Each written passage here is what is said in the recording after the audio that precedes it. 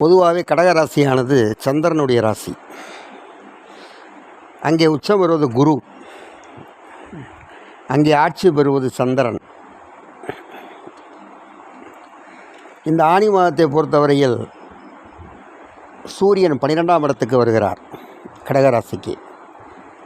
அதனால் நல்ல விதமான சுப செலவுகள் உண்டாகும். வியாபாரிகளுக்கு லாபமும் செலவும் கலந்து வரும். விவசாயிகளுக்கு நல்ல மகசூல் கிடைக்கும். புதுசாக பயிர்கள் பயிரிடுவதற்கு அவர்கள் லாபத்தை உண்டு செய்யும். கலைஞர்களுக்கு நல்ல ஒரு ஏற்றம் சூழ்நிலை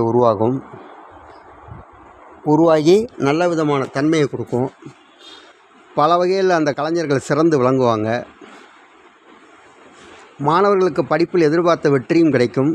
ஒரு சிலருக்கு தசாபுத்தி சரியில்லாதவங்களுக்கு மார்க்கு கம்மியாகலாம். வரன் பார்த்து காத்து கொண்டிருக்கிறவர்களுக்கு நல்ல வரன் சிலருக்கு அமையும், சிலருக்கு இழுபறியாக இருக்கும். அந்த இழுபறியாக இருக்கிறவங்க ஜாதகத்தில் கலத்திரஸ்தானம் எப்படி இருக்குது, நாகதோஷம் இருக்கா, செவ்வாதோஷம் இருக்கா, இதெல்லாம் பார்த்து செக் பண்ணிக்கங்க. சில பேருக்கு நாகதோஷம் செவ்வாதோஷம் இருந்தால் முடியும். எப்பயுமே நாகதோஷம் செவ்வாதோஷம் இருந்துச்சு அப்படின்னா அந்த கிரகங்கள் டிகிரி கம்மியாக வாங்கியிருக்கணும், அப்படின்னா அவங்களுக்கு சீக்கிரம் முடிஞ்சிடும். டிகிரி ரொம்ப ஹெவியாக வாங்க இருந்துச்சுன்னா ரொம்ப இழுத்தடிச்சு முடியும். கூட்டாக தொழில் புரிவோர்கள் நல்ல ஒரு இணக்கமான சூழ்நிலை தென்படும். ஆனாலும் லாபங்கள் கம்மியாக இருக்கிற மாதிரி தென்படும்.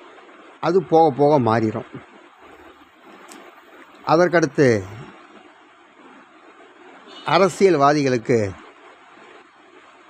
நல்ல ஒரு சூழ்நிலை தான் தென்படும். எதிர்பார்த்த வெற்றிகள் கிடைக்க வாய்ப்பு இருக்குது. ஆனாலும் நிதானமாகவும் ரொம்ப பொறுமையுடனும் செயல்பட வேண்டும்.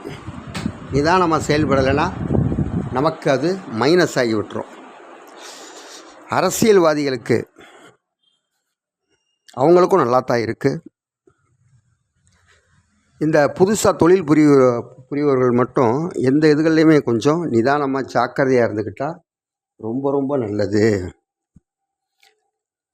அதற்கடுத்து பார்த்தோம் அப்படின்னா இந்த கடகராசி நேயர்கள் இந்த ஆனி மாதத்தில் பெரிய ப்ராஜெக்ட், பெரிய முயற்சிகள், இதுகளை மட்டும் கொஞ்சம் ஜாக்கிரதையாக டீல் பண்ணணும்.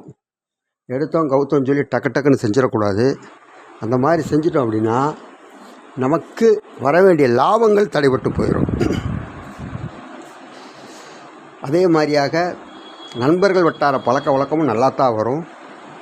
புதுசாக யாரையுமே நம்பி பொறுப்புகளை ஒப்படைச்சிட வேணாம்.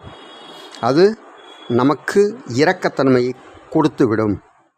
அதனால் இந்த ஆனி மாதம் இந்த கடகராசினியர்களுக்கு நல்ல ஒரு மாதமாக அமையும். இவங்க செய்ய வேண்டியது என்ன அப்படின்னா, இந்த ஆனி மாதத்தில் சில காரியங்களில் விட்டு கொடுத்து போகிறது ரொம்ப ரொம்ப நல்லது.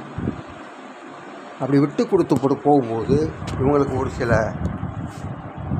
தலைக்கு வந்தது தலைப்பாயோடு போய்கிற மாதிரி ஒரு சில பிரச்சனைகள் அண்டாது, தப்பிச்சிருவாங்க, ஈஸியாக தப்பிச்சிருவாங்க. அப்போ அந்த விட்டு கொடுத்து போகிற தன்மையை மட்டும் ரொம்ப ஜாக்கிரதையாக டீல் பண்ணிக்கணும். வெளிநாடுகளில் சென்று படிக்க விரும்பும் மாணவர்களுக்கு நல்ல ஒரு ஏற்றம் தான். ஈஸியாக அவங்களுக்கு சீட்டு கிடைக்கும், ஒன்றும் பயப்பட வேணாம். பொதுவில் ஆனி மாதம் கடகராசி நேயர்களுக்கு ஒரு நல்ல வரப்பிரசாதமாகவே அமையும். எல்லா வளங்களையும் பெற்று கடகராசி நேயர்கள் ஆனி மாதத்தில் சிறப்பை கொண்டாடும்படி வேண்டிக் கொள்கிறேன். நன்றி, வணக்கம்.